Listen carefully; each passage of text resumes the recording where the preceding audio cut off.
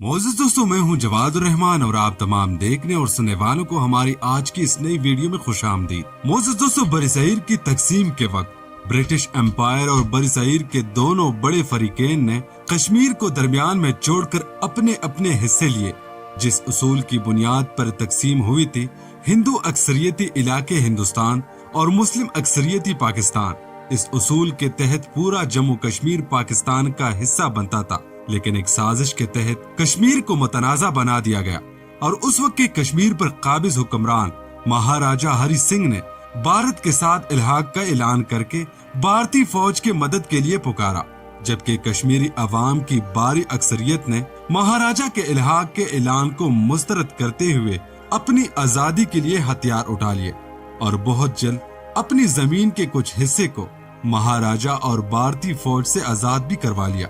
लेकिन फिर हिंदुस्तानी हुकूमत इस मामले को अक़वाम मुत्तहिदा में ले गई, जहां अक़वाम आलम ने कश्मीर में इस्तिस्वाब राय का फैसला करते हुए कश्मीरी अवाम को हक दिया कि वो हिंदुस्तान और पाकिस्तान में से जिसके साथ चाहे इल्हाक करे। अक़वाम मुत्तहिदा की करारदाद में पाकिस्तान और हिंदुस्तान दोनों ममालिक की अफवाज को कश्मीर से बाहर निकलने का भी कहा गया था। यानी पहले दोनों ममालिक अपनी अफवाज को कश्मीर से बाहर निकालेंगे, फिर अवामी रेफरेंडम होगा जिसमें कश्मीरी कौम फैसला करेगी कि वो पाकिस्तान या हिंदुस्तान में से किस के साथ रहना चाहते हैं।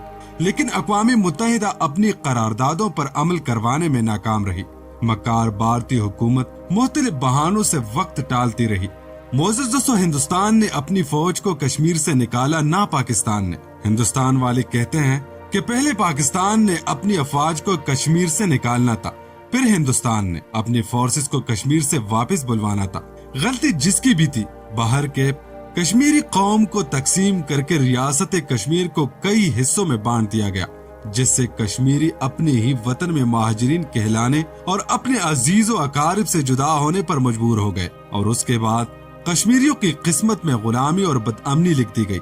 1971 की पाक भारत जंग और सकूत डाका के बाद जब पाकिस्तानी फौज के 90,000 नपूस भारतीय कैद में चले गए, तो पाकिस्तान के उस वक्त के मुंतखब सदर जुल्फिकार अली भुट्टो और भारतीय वजीर आजम इंदिरा गांधी के बीच शिमला मुआहिदा हुआ, जिसमें दोनों मुल्कों ने कश्मीर का मामला बाहमी तौर पर हल करने पर इत्तेफाक कर लिया। उसके बाद कश्मीर के अंदर एक और आजादी की तहरीक उभरी, जो कश्मीर को एक वहदत के तौर पर अलग आजाद मुमलिकत बनाने की बात करने लगे। मोअज़्ज़िज़ दोस्तों, 20वीं सदी के आखिरी अशरे में जब सोवियत यूनियन को अफगानिस्तान से शिकस्त खाकर निकलना पड़ा और उसके हिस्से बहरे होकर कई रियासतें मौरूज़ वजूद में आ गई, तो उसके बाद कश्मीर में भी तहरीक आजादी ने जोर पकड़ा और कश्मीरियों के तमाम दलों ने हरियत कॉन्फ्रेंस के नाम से एक इत्तेहाद बनाकर हिंदुस्तान से आजादी की जद्दोजहद को तेज कर दिया। भारत उस वक्त तहरीक के पीछे पाकिस्तान और बिलखसूस पाक फौज का हाथ होने का वाविला करता रहा।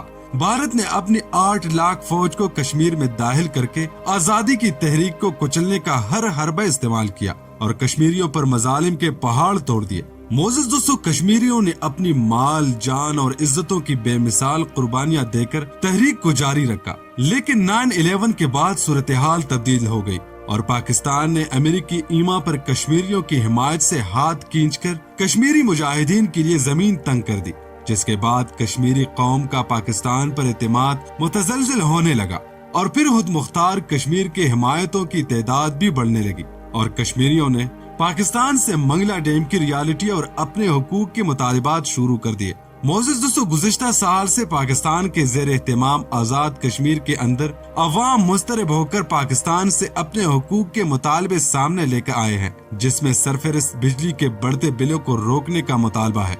कश्मीरियों का कहना है कि हमने मंगला डैम बनाने के लिए अपने आबाओ अजदाद की कुर्बानियां दी है और पाकिस्तान ने कश्मीरियों को मुफ्त बिजली देने का वादा किया था, जिस पर अमल नहीं हुआ और अब पिछले 2 साल से बिजली की कीमतों में हुशरबा इजाफे के साथ साथ इसमें कई टैक्सेस भी लगा रखे हैं। इन मुतालिबात को लेकर कश्मीर में एक मुत्तहिदा एक्शन कमेटी का क़याम अमल में लाया गया, जिसने अपने मुतालिबात की फिरसत हुकूमत आजाद कश्मीर के सामने पेश कर दी।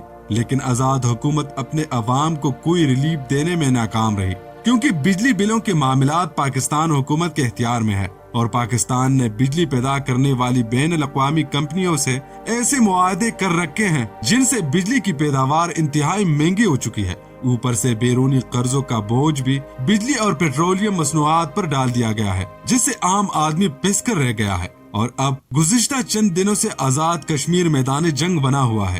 آزاد کشمیر کے تمام اضلاع کے عوام اپنے مطالبات لے کر مظفرآباد کی طرف چل پڑے ہیں، جنہیں روکنے کے لیے آزاد کشمیر پولیس کے ساتھ ساتھ پاکستان سے بھی کئی سیکورٹی فورسز کو بھی آزاد کشمیر میں تعینات کیا گیا ہے۔ لیکن ابھی تک یہ تمام فورسز بے عوام کی ریلیوں کو روکنے میں نہ صرف ناکام ہیں، ایک سب انسپیکٹر پولیس کو گولیوں کا نشانہ بنایا گیا ہے اور دوسرے کئی پولیس والے شدید زخمی بھی ہو چکے ہیں۔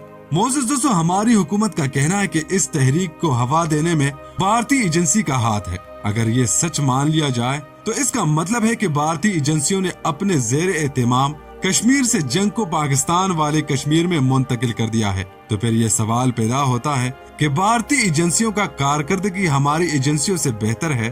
ہمیں بھی اس تحریک میں بھارتی بو آ رہی ہے، کیونکہ کئی ویڈیوز میں دیکھا جا سکتا ہے کہ لوگ پاکستانیوں کے خلاف نعرہ بازی کر رہے ہیں۔ آخری خبریں آنے تک وزیر اعظم شہباز شریف نے نوٹس لیا ہے۔ اب دیکھتے ہیں کہ اس تحریک کا اون کس کروٹ بیٹھتا ہے، لیکن یہ ایک انتہائی حساس صورتحال ہے۔